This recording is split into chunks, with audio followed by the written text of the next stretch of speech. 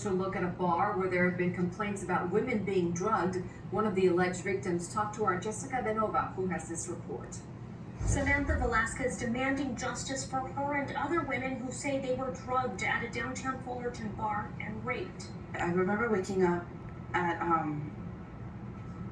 the parking structure near the metro station, and I realized I had nothing on me.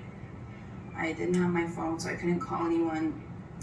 I didn't have any of my belongings. Velasquez says she was on the ground, her leggings torn.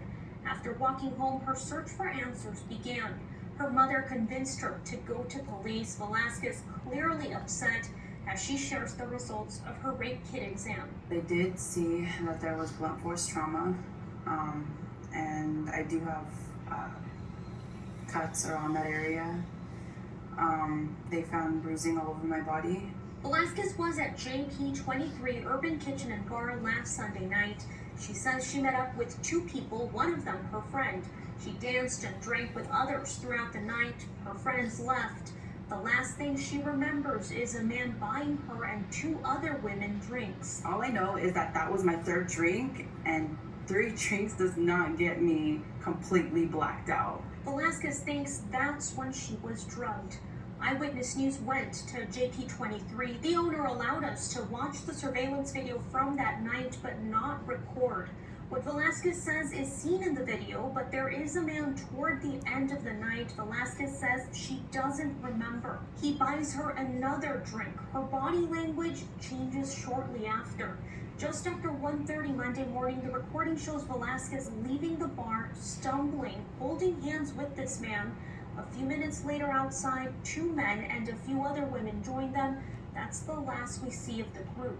Velasquez says the messages she has received after speaking out are nonstop, many of them from other women sharing similar stories. I definitely want to tell people to be careful about this place because, like I said, I'm assuming this is not the first time that this has happened. A spokesperson with the Fullerton Police Department tells Eyewitness News, "To our knowledge, we don't have a problem with women being drugged at this business and raped. This case is of concern to us and we are investigating." In a statement, the owner of the bar says in part, "We are trying to help the PD with all our resources to help apprehend this criminal and cowardly act. We handed a copy of all the tapes to the Fullerton PD of the night of the incident. We sympathize with the victim, with a staff that's a majority of women.